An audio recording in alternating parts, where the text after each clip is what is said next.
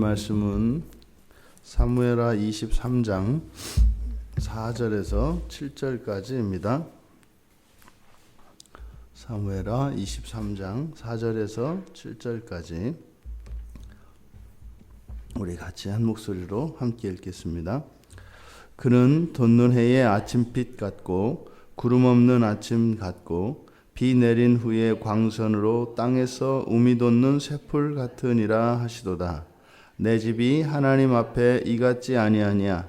하나님이 나와 더불어 영원한 언약을 세우사 만사에 구비하고 견고하게 하셨으니 나의 모든 구원과 나의 모든 소원을 어찌 이루지 아니하시랴. 그러나 사악한 자는 다 내버려질 가시나무 같으니 이는 손으로 잡을 수 없음이로다. 그것들을 만지는 자는 철과 창자루를 가져야 하리니 그것들이 당장에 불 살리리로다. 아멘. 다윗이 이제 마지막 인생의 말년에 메시아에 대한, 그리고 메시아가 오셔서 다스릴 영원한 그 새하늘과 새 땅에 그 영광의 날에 대한 그 예언을 하고 있는 곳입니다. 앞에서 자신의 인생을 되돌아보며 자기가 할 수 있었던 것, 다윗 자신이 할 수 있었던 것은 아무것도 없었고 그 모든 것이 하나님의 은혜였다는 고백, 그리고 굳이 자기 자신에게 할 수 있는 게 있었다면 하나님을 찬양하는 것이었다. 내가 할 수 있는 것은 찬양하는 것이었구나. 이렇게 자신의 인생을 정리합니다. 그리고 나서 이제 메시아에 대한 이제 예언이 나오는데 4절 보면 그는 돋는 해의 아침빛 같고 구름 없는 아침 같고 비 내린 후에 광선으로 땅에서 우미 돋는 새풀 같으니라. 여기서 이제 우리말 성경에서는 그로 나타나 있는 메시아가 메시아에 대한 은유인 것으로 우리가 생각하기가 쉬운데, 여기서 그렇지 않고 아침빛, 그러니까 아침입니다. 돋는 해의 아침빛 같고, 그리고 구름 없는 아침 같고, 그리고 새풀 같고, 여기에서 이제 묘사하는 것은 돋는 해 그 자체를 이야기하지 않고 그냥 그 아침 해의 그 밝음을 나타내요. 그러니까 해의 효과를 나타내기 때문에 지금 여기서 그리고 있는 이 모습은 새 땅에서의, 그러니까 메시아가 오셔서 이제 완전한 하나님의 나라로 이루었을 때의 그 새로운 세상, 그러니까 우리가 흔히 말하는 재창조, 그러니까 완성된 그 재창조되어진 그 하늘과 그 땅에 대해서 이야기를 하고 있다. 그러니까 다윗은 자신이 왕이 되어서 하나님의 이 언약 백성들을 통치하며 또 자신과 맺었던 그 다윗 언약, 영원한 왕조에 대한 그 언약을 떠올리면서 그것이 의미하는 바가 무엇인지를 깨달았던 것 같습니다. 왜냐하면 지금 다윗이 예언하고 있는 이 내용은 사무엘하 7장에서 맺었던 그 다윗 언약, 사울에게 주었던 그 사울의 가문과 같지 않고, 예를 들어서 잘못을 한다 할지라도 그것을 하나님께서 징계를 하시겠지만 사울의 경우에는 왕조가 끊겼죠. 그런데 다윗의 경우에는 끊이지 않을 것이다. 그리고 너의 왕국은 영원할 것이다. 사실은 그게 무슨 말인가 잘 몰랐었을 겁니다. 그런데 그것이 그저 이 세상에서 다윗의 가문에게 영원한 왕조를 약속해 준다는 그런 의미가 아니라, 바로 메시아의, 그러니까 다윗의 혈통에서 메시아가 날 것이고 그 메시아를 통하여 완전한 새하늘과 새 땅이 임할 것인데, 바로 그때 그 하늘, 새하늘과 새 땅에서의 삶이 어떠한 것인지를 다윗은 이렇게 묘사를 한 겁니다. 그러니까 앞에서 3절에서 이야기했던 이스라엘의 반석, 그러니까 여호와께서 말씀하신 것인데, 공의로 다스리는 자, 하나님을 경외함으로 다스리는 자여 하고 이제 4절부터 쭉 진술이 되어 있는데, 그러니까 공의, 의로움이죠. 의로움과 하나님을 경외하는 것, 이것이 바로 하나님 나라의 통치 원리이고 삶의 원리인 것을 가르쳐주고, 그렇게 다스려지는 그 나라, 그 땅에서의 삶이 얼마나 영광스러운 것인가 하는 것을 노래하고 있습니다. 그런데 이것은 단지 종말에 이루어질 이 세상의 그 영원한 하나님 나라의 그 영광을 드러내 보이려고 하는 것이 이 말씀의 목적이 아니라, 그것은 어차피 지금의 언어로는 설명을 할 수가 없어요. 왜냐하면 없는 것이기 때문에 그것을 이렇다 저렇다 이야기할 수가 없단 말이죠. 그런데 바로 완성된 그 하나님 나라에 대한 묘사들은 바로 이 땅을 살아가는, 아직 도래하지 않은 이 땅을 살아가는 하나님의 백성들을 위하여 주신 말씀이기 때문에, 하나님 나라에서의 삶의 원리가 바로 의로움과 하나님을 경외하는 것이다. 이것은 이 땅을 살아가는 하나님의 백성들이 하나님의 백성들이 아닌 자들, 즉 뒤에서 6절에서 버려질 가시나무로 묘사되고 있는 사악한 자들, 여기서 사악한 자들이라고 하는 것은 그 사람들이, 그 개인들이 특별히 악하고 다른 사람들에게 손가락질을 받는 이것이 아니라, 바로 3절에서 의로움과 여호와를 경외하는 것에 대한 상대어로 사용되고 있기 때문에, 하나님 나라의 그 삶의 원리를 따라 살지 않는 사람들을 여기서는 사악한 자, 그리고 내다 버려질 가시나무 같은 자, 손으로 잡을 수 없는 자라고 이야기를 하는 것입니다.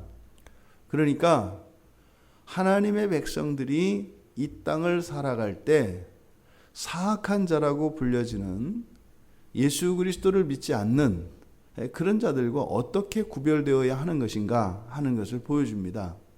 그러니까 이 세상에 그 영원한 하나님 나라, 그 영원한 왕국의 백성으로, 그 나라로 초대받은 사람들과 그렇지 않은 사람들이 이 세상에서는 어떻게 구별되는가. 지금 다윗이 묘사하고 있는 그 새하늘과 새 땅의 세상과 우리가 살고 있는 이 땅과 이 하늘은 비교할 수 없을 정도로 차이가 납니다. 근데 이 두 세상의 차이가 그렇게 현격하다면, 그러면 그 나라를 살아갈 백성과 이 땅을 살아가는 백성들 사이에는 차이가 있겠어요? 없겠어요? 있다는 거죠. 그 차이가 무엇이에요? 바로 의로움과 하나님을 경외함으로 살아가는 것이다. 그러면서 새하늘과 새 땅, 그 영원한 하나님 나라의 영광을 보여주면서 바로 7절에서는 불살라질 이 세상, 즉 언약 안에 들지 못한 자들의 그 비참한 말로가 무엇인가 하는 것을 보여줌으로써, 다윗이 지금 자신의 인생을 돌아보고 있는 이 시점에서 그동안 자기가 살면서 겪었던 많은 어려움들, 또 영광스럽고 그리고 정말 기쁘고 놀랐던 그런 모든 순간들, 이것이 의미가 없어지는 거예요.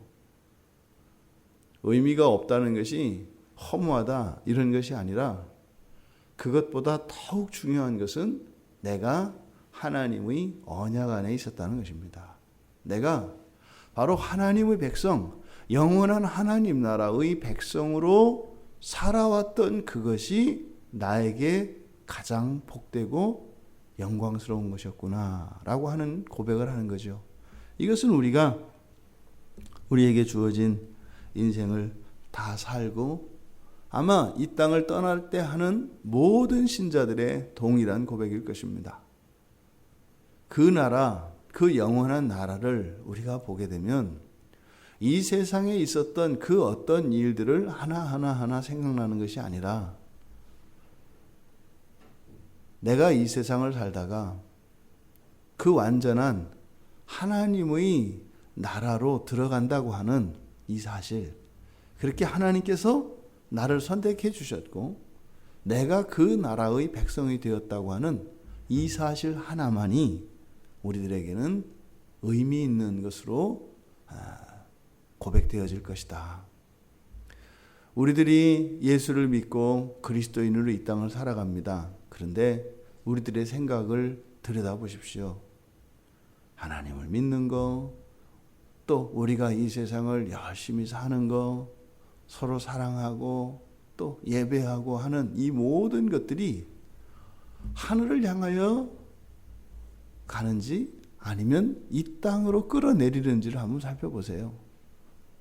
우리들의 이런 신앙생활의 그 결과, 그 궁극 어디로 와요?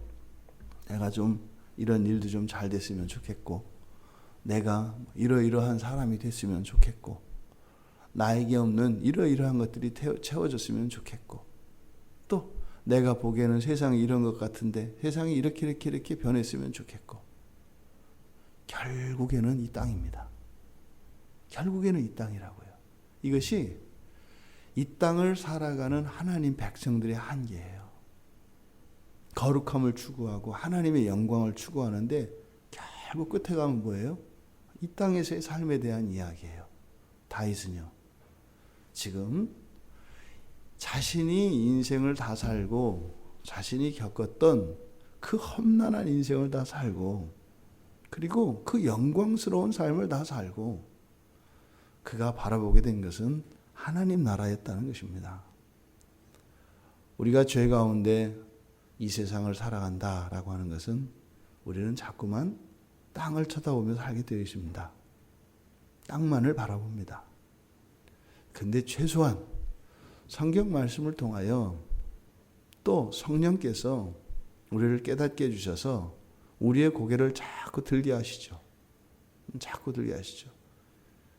그러니까 우리가 예수를 믿고 살아가는, 또 우리가 구원의 길을 걸어가는 이 신앙생활이 이 세상을 사는 동안은 그렇게 유쾌하거나 우리의 마음을 시원하게만 하는 그런 일은 없다는 거예요. 왜요?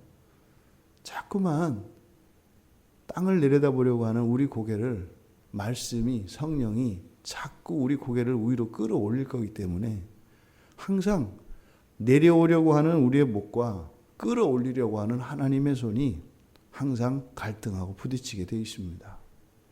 답은 뭐예요? 우리가 과연 어떤 나라를 살고자 하는가? 과연 우리는 어떤 나라에서의 영광을 구하고 살아가는가? 이것이 이 땅을 살아가는 우리 그리스도인들이 가져야 하는 삶의 방향성이라고 하는 것을 가르쳐주고 있습니다. 이 세상은요, 다 불살라질 것입니다. 없습니다. 이 세상에 속한 것은 남는 것 아무것도 없습니다. 다윗의 고백과 같이 내가 할 수 있는 것, 내가 이 땅을 살면서 그래도 나의 삶 속에 의미가 있고 무슨 가치가 있어서 하나님 앞에 들려 올려질 수 있는 것이 있다면 뭐라는 거예요? 찬양이라는 거예요. 그것은 곧 감사겠죠. 스님들은 죽고 나면 사리를 챙깁니다. 우리 그리스도인들은 뭘 챙긴다는 거예요? 감사와 찬양을 챙긴다는 거예요. 오늘 하루도 우리들이 이 하루를 살며 정말 하나님께 드려질 영원한 그 감사와 찬양이 많이 쌓여서 그 하나님 나라에 들어갈 때 하나님께 드려질 향기롭고 아름다운 예물이 되기를 주님의 이름으로 축원합니다. 하나님, 다윗에게 보여주셨던 그 영원한 나라, 그 날의 아침, 그 날의 땅에서 우미 돋는 그 새 푸를 통하여 보여주셨던 그 영광이 저희들에게도 비춰지기를 원합니다. 그래서 갈등하며 방황하며 망설이며 살아가는 것이 아니라 단호하게 한치도 이 세상에 대하여 미련 없이 오직 그 영원한 나라를 바라보며 살아가는 저희들 되기 원합니다.